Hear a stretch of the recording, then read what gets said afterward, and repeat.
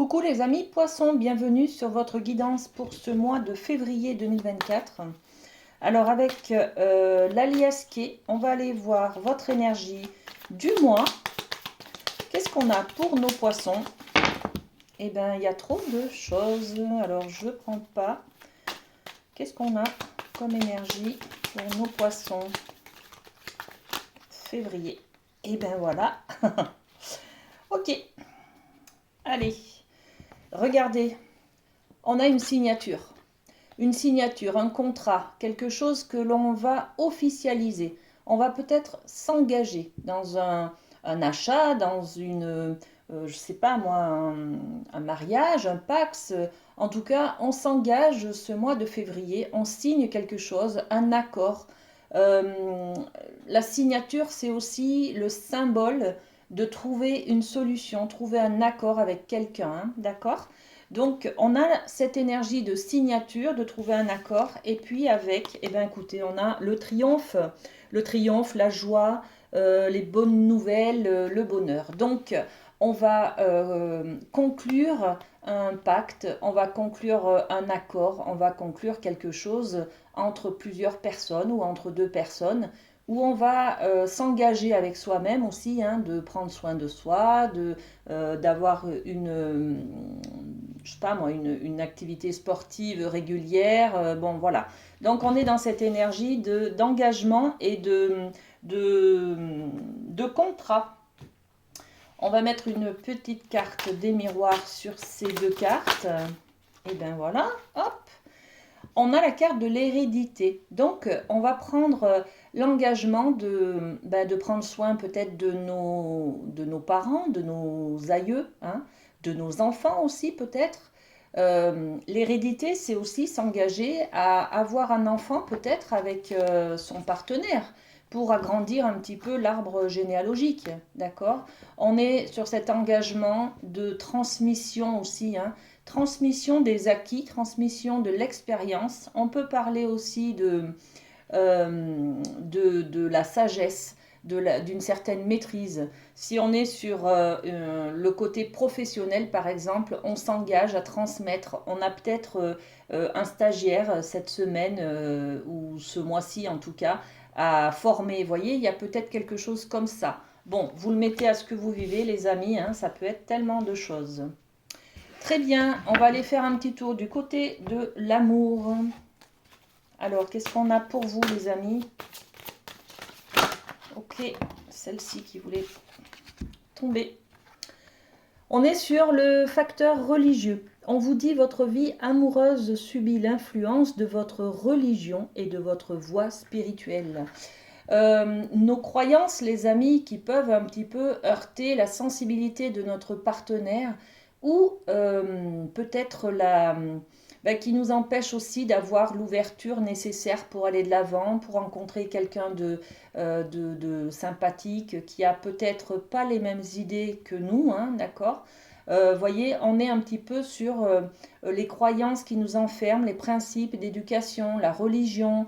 On n'est pas du même monde, voyez, le niveau social, il y a bon, bien plus que le facteur religieux, hein, on peut agrandir en tout cas quelque chose qui nous bloque parce qu'on n'est pas du même bord, on n'est pas de la même trempe, de la même famille, de la même croyance, de la même religion que la personne qu'on convoite, par exemple, hein. Donc, il peut y avoir des problématiques comme ça de différenciation, de euh, sociable, non, différenciation sociale, voilà, c'est ce que je voulais dire, dans le milieu amoureux. Alors, on développe, merci. Eh bien, la fécondité. Peut-être des difficultés de s'entendre sur justement le fait d'avoir un projet en commun, hein, notamment peut-être la maternité. Ou alors, quelle est l'idée du couple? Pour moi, c'est peut-être de vivre ensemble. Pour la personne, votre conjoint, votre partenaire, eh ben, c'est pas du tout ça. C'est peut-être d'avoir chacun sa maison et de ne pas vivre ensemble. Vous voyez, en tout cas, il y a quelque chose comme ça qui est un peu dans la différence. Donc, besoin de se rassurer, de parler, de communiquer, d'échanger, d'entendre les croyances et les principes de l'autre, les valeurs surtout de l'autre. Qu'est-ce qu'il entend par être en couple? Qu'est-ce qu'il entend par habiter ensemble? Qu'est-ce qu'il entend par, enfin, voyez, avoir des projets en commun, par exemple. Donc, mais là, en fait, on a un engagement, hein. On va parler peut-être justement de transmission au niveau des enfants. Euh, on peut parler peut-être mariage, on peut parler maternité, voilà. Donc il y a quelque chose comme ça qui vous bloque un petit peu ce mois-ci, les amis poissons, sur le côté éducation peut-être des enfants aussi, hein, d'accord? Ok, on va aller voir du côté du professionnel avec le rêve du chaman professionnel. Hop, il y a combien de cartes là? Bon, il y a beaucoup de messages, hein. Alors, qu'est-ce qu'on dit? Réparer le voile. On parle du pardon. Faire peut-être ce travail de pardon sur soi ou peut-être à quelqu'un, un collègue de travail, hein, d'accord? Et puis on a la carte des danseurs célestes qui parle de libération de l'attachement. Voilà. Ok, et puis la troisième carte, le cavalier qui nous annonce, oh là là, j'ai vraiment du mal à communiquer aujourd'hui, pardon, qui nous annonce une bonne nouvelle. Voilà, donc on est sur, on se libère de quelque chose, on fait ce travail d'acceptation pour pouvoir faire ce travail de deuil, de pardonner à quelqu'un, hein, d'accord? Euh, Se libérer de l'attachement que l'on attendait. On était en attente d'une reconnaissance, d'une valorisation, d'une, je sais pas, un merci, un voilà, hein, au niveau professionnel.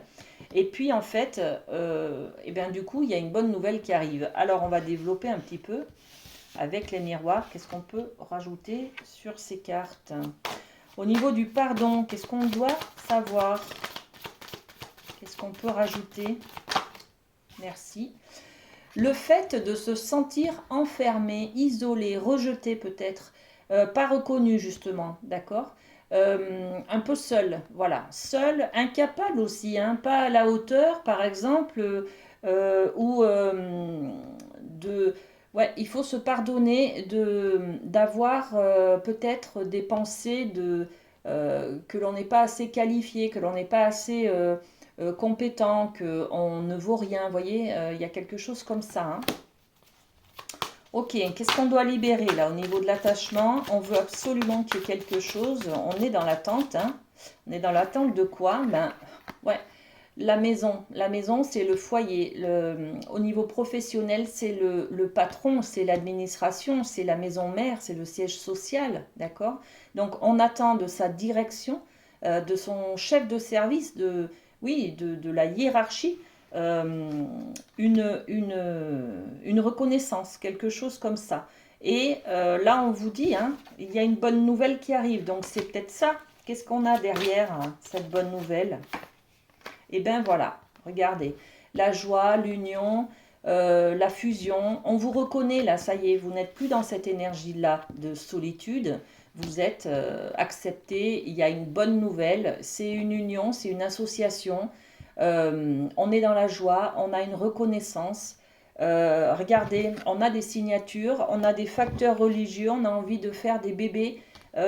Toute votre guidance, les amis poissons, elle est sur la transmission, le côté familial, le côté je suis en joie parce que je viens d'apprendre une bonne nouvelle que mes enfants, par exemple, vont avoir un bébé. Enfin, vous voyez, il y a quelque chose comme ça, hein. On s'engage dans des signatures, dans des contrats. Voilà, donc que du bonheur ce mois-ci pour vous, les amis poissons. Et on termine cette guidance par un petit cœur pour vous. Allez, c'est celui-ci. Patience, ne te précipite pas, laisse la nature suivre son cours. Ok, bon. Prenez soin de vous les amis et puis passez un très bon mois de février. Bisous bisous.